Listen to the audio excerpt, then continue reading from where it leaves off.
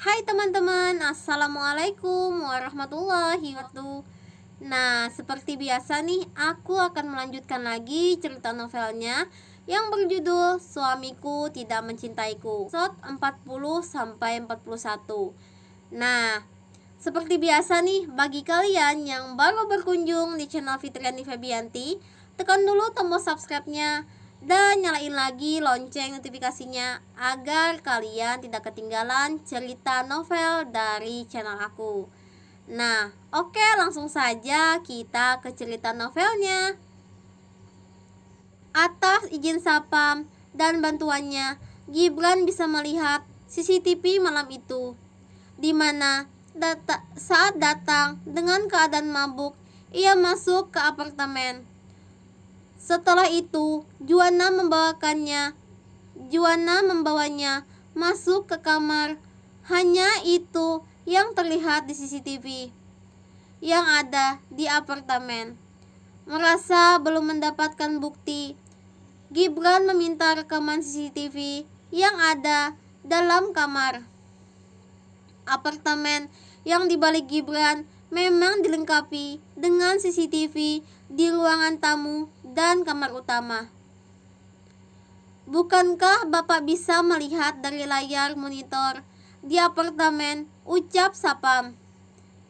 Televisi yang bisa menyambung CCTV rusak. Satu-satunya jalan saya harus mengambil dari CCTV itu langsung. Saya udah meminta teman saya seorang ahli teknisi datang. Saya hanya butuh Bapak sebagai saksi. Dengan bantuan seorang ahli teknisi kenalannya, Gibran dan izin Sapam, mereka mengambil rekaman dan disambungkan ke layar laptop milik Gibran. Sebelum disambungkan, tiba-tiba Juana maju dan menahannya. Apa-apaan kamu, Gibran? Itu CCTV kamar, privasi banget. Kamu mau melihatnya bareng orang lain. Aku pasti yang sering ada di monitor. Apa kamu ingin membuat aku malu? Ucap Juana. Juana, Bapak Sapam dan teman saya ini sebagai saksi atas apa yang terjadi malam itu. Kamu bisa melihat sendiri, jangan ada orang lain. Aku butuh orang sebagai saksi. Kalau gitu, temanku ini saja. Bapak bisa pergi. Terima kasih atas bantuannya, ucap Gibran. Ketika monitor telah disambungkan, tampak di layar laptop Gibran yang terlelap. Juana mendekati ranjang dan membuka pakaian Gibran satu persatu. Stop, ucap Juana. Kenapa harus dihentikan? Ujar Gibran. Tidak perlu dilanjutkan, aku mengaku, ucap Juana lagi. Mengaku apa? Ujar Gibran. Gibran telah meminta temannya untuk mengirim meriam semua perkataan Juana.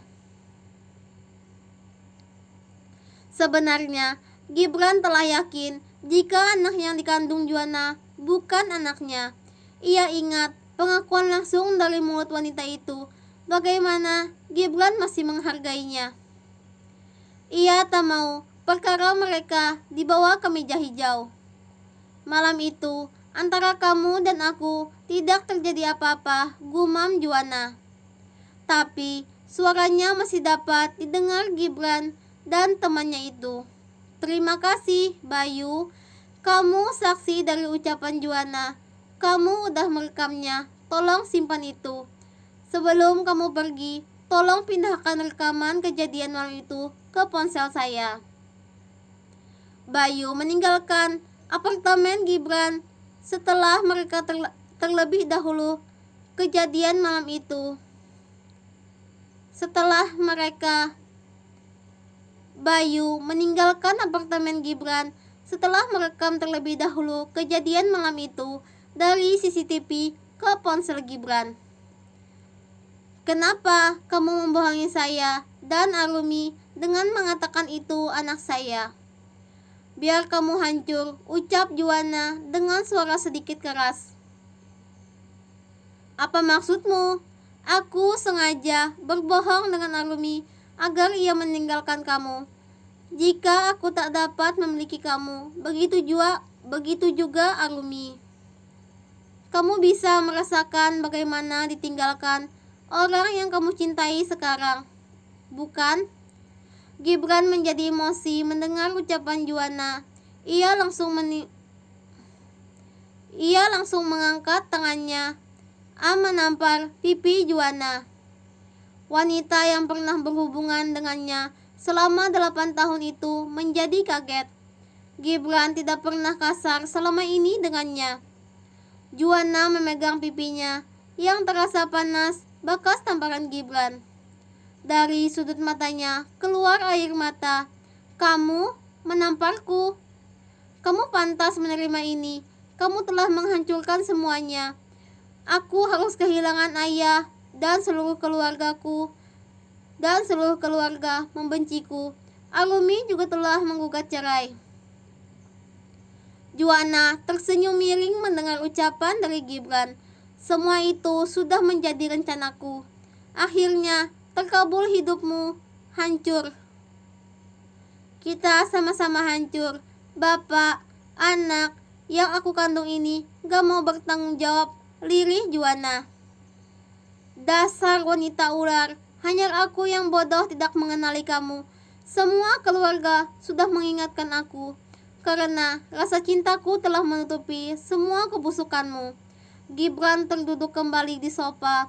Ia menarik rambutnya, frustasi. Surat gugatan cerai dari Arumi telah ia kantongi. Gara-gara kebodohan dan cintanya yang buta pada Juana telah menghancurkan segalanya.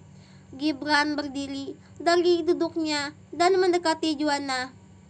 Gibran menarik kerah baju Juana tinggi-tinggi hingga badan wanita itu sedikit terangkat.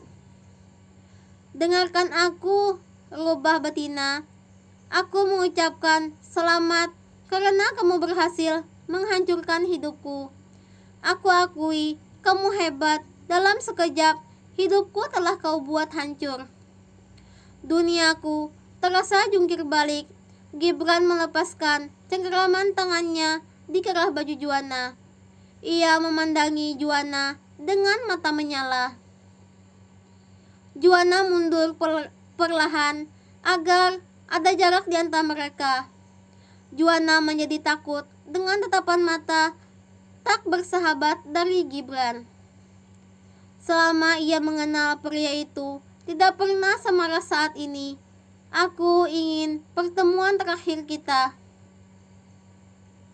Aku ingin ini pertemuan terakhir kita. Menyingkirlah dari hidupku jika tak ingin aku melakukan sesuatu hal buruk. Tinggalkanlah apartemen ini. Aku tak ingin ada satu barangmu yang tersisa. Gibran, aku mau tinggal di mana? Dalam keadaan hamil begini, kau tega mengusirku. Aku tak mau tahu kemana kau mau pergi. Satu yang pasti, menjauhlah dari hidupku. Kau terlalu kejam, Gibran. Baiklah, aku akan pergi. Aku berharap hidupmu makin terpuruk setelah perceraian dengan Arumi. Tahan pun aku di sini tak ada artinya. Kau sudah tak memiliki apapun lagi. Juana membalikkan badannya dan berjalan meninggalkan Gibran. Pria itu juga pergi meninggalkan apartemen. Gibran mengendarai mobilnya menuju rumah kediamannya bersama Arumi. Ketika ia baru sampai di depan rumah, ia melihat Arumi yang keluar dari mobil bersama dengan seorang pria. Arumi berjalan menuju rumah dan membelaikan tangan pada Saka yang mengantarnya pulang.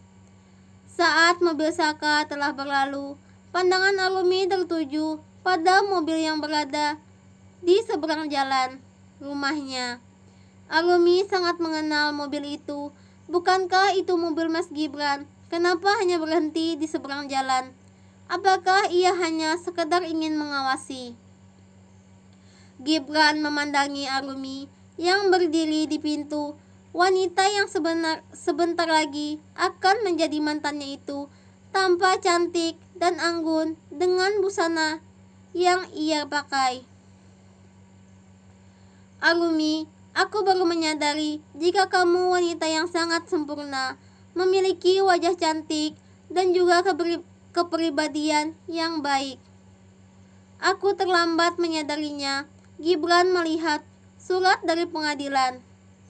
Minggu depan, keputusan sidang atas perceraian mereka. Sebenarnya, Gibran ingin menghadiri persidangan dan membatalkan gugatan cerai dari Arumi. Tapi, semua ia urungkan karena mengingat ucapan Papa Arumi yang menemuinya 2 hari setelah pemakaman ayahnya.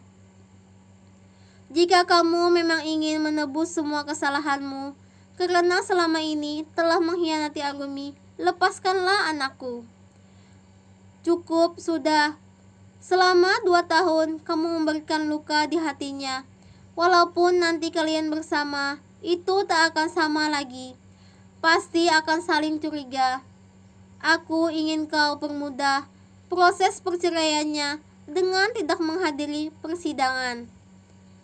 Buktikan jika kamu memang ingin menebus kesalahanmu dengan melepaskan Arumi.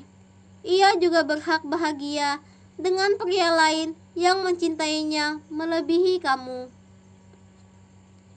Gibran sadar jika apa yang diucapkan mertuanya itu benar adanya.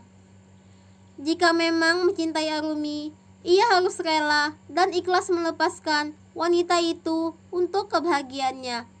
Setelah cukup lama berdiri dan Arumi tidak melihat tanda-tanda Gibran akan turun menghampiri dirinya, Arumi masuk ke rumah lagi. Akan aku buang semua bagian sedih dan menyakitkan antara kita dan hanya menyisahkan semua bagian yang indah saja, agar suatu hari nanti aku bisa tersenyum apalagi teringat tentang kisah kita berdua. Arumi duduk termenung di tepi ranjang kamar ini, menjadi saksi semua kisah mereka setelah pernikahan. Gibran yang selalu perhatian dan memperlakukan dirinya seperti ratu, namun ternyata semua itu untuk menutupi semua kebohongannya. Gibran menjalankan mobilnya perlahan setelah melihat tubuh Arumi menghilang masuk ke rumah. Yang paling menakutkan dari perpisahan adalah ketakutan akan kenyataan yang seolah sulit didapatkan dari orang lain. Terlebih dahulu harus menemukan rumah baru, sedangkan rumah lama memberikan begitu banyak kenangan. Selamat tinggal. Bila kau ingin pergi, tak mungkin lagi ku memaksakan semua tetap di sampingku. Mungkin kebahagiaanmu bukan bersamaku. Terima kasih untuk kamu yang telah hadir dalam hidupku dan telah mengajarkan banyak hal untukku. Berucap syukur atas nikmat dan hikmat dari pendewasaan yang terberikan oleh waktu. Usai sudah perjalanan bersama bayangan waktu, kisah kita mungkin akan usai. Nah, cukup sekian cerita novelnya. Aku Fitriani Febianti, sampai ketemu di next video. Assalamualaikum warahmatullahi wabarakatuh.